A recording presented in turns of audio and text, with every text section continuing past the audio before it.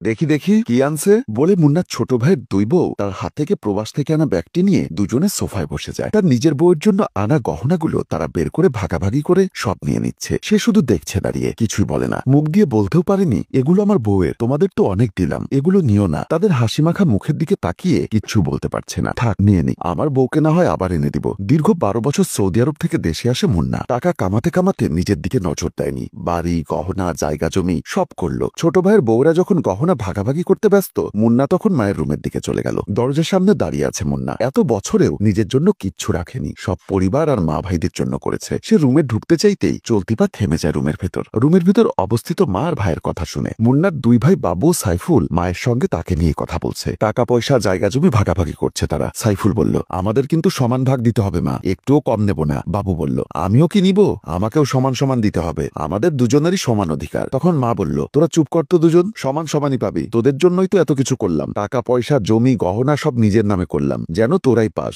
আমি তো তোদের মা, আমার নামে সবকিছুই তোরাই পাবি। ওই মুন্না না, কয়েকটা দিন যেতে দে, তারপর মুন্নাকে বাড়ি থেকেও বিদায় করব। আমার ছেলে দুটো রাজার হালে থাকবে। কথা শুনে যেন মুন্না নিজের ভেতরে নেই, সবটা ঝাপসা হতে লাগলো। সে আবারও শোনার চেষ্টা করছে। ভেতরে মা বলছে, এই পুরো বাড়িটা অনেক চেষ্টা করেও নিজের নামে লিখতে পারিনি ওই বুড়োর কাছ থেকে, নয়তো এ বাড়িটাও তোদের হতো, বুঝলি? এখন এ বাড়ির ভাগ মুন্নাও পাবে। সে যাই হোক, এখান থেকে কতটুকুই বা পাবে, সব তো আমাদের নামে লিখে নিয়েছি। বোকা মুন্না নিজের নামে টাকা পয়সা, জায়গা জমি না করে আমাদের নামে করেছে সব। মুন্না এক জায়গায় ঠায় দাঁড়িয়ে রয়, তার মুখভঙ্গি নির্বাক, কোনো প্রতিক্রিয়া নেই। চোখ দুটো হাসিমাখা মুখের উপর নিবদ্ধ। সে আবারও চোখ মুছে। আহারে, আমার বোকা বড় ছেলেটা মায়ের কথায় উঠে বসে। টাকা চাইতে দেরি, দিতে দেরি হয় না, চুপচাপ দিয়ে দেয়। জায়গা আমার নামে রাখতে বললাম, চুপচাপ তা মেনে নিয়ে তাই করলো। মা পাগল ছেলে আমার। কথাটা বলেই মুখ দিয়ে চজাতীয় শব্দ করে কয়েকবার, তারপর খিলখিলিয়ে হেসে দেয়। মুন্না এক দৃষ্টিতে তার মায়ের মুখের দিকে তাকিয়ে রয়। তাকে ঠকাতে পেরে কি খুশি, অথচ তার মা মুখ ফুটে একবার বললে সে নিজেই সব দিয়ে দিত, এতদিন যেমন দিত।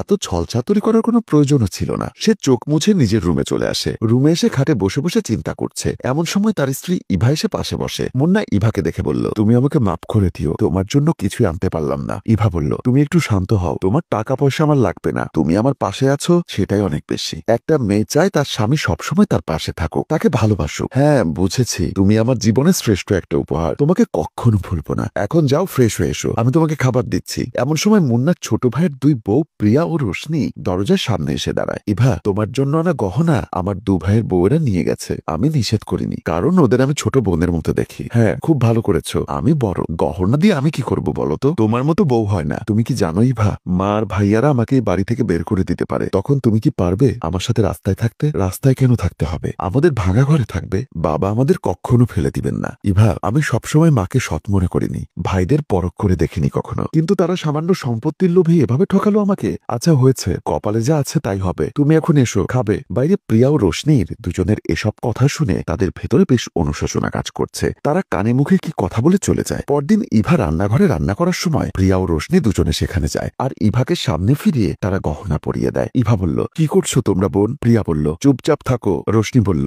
বাহ, বড় আপাকে তো বেশ মিষ্টি লাগছে। ইভা অবাক হয়ে বলল, কি বললে? কেন বড় আপা? ইভা তখনই দুজনকে বুকে জড়িয়ে কান্না করে দেয়। প্রিয়া আর রোশনি দুজনে ব্যাগ নিয়ে বাড়ি থেকে বের হবে। এমন সময় সাইফুল ও বাবু দৌড়ে এসে বলল, তোমরা কই যাচ্ছ?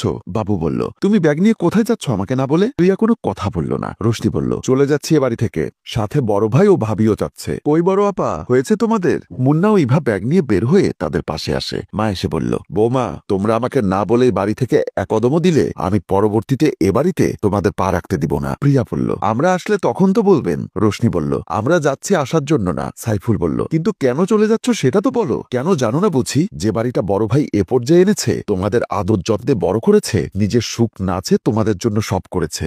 মা বলল, কি বলছো বৌমা? রোশনি বলল, চিৎকার করবেন না মা, আপনাকে বড় ভাই কখনো সৎমায়ের চোখে দেখেনি, তার সারা বছরের যত ইনকাম সব আপনার নামে করে দিয়েছে, তাকে এভাবে ঠকালেন।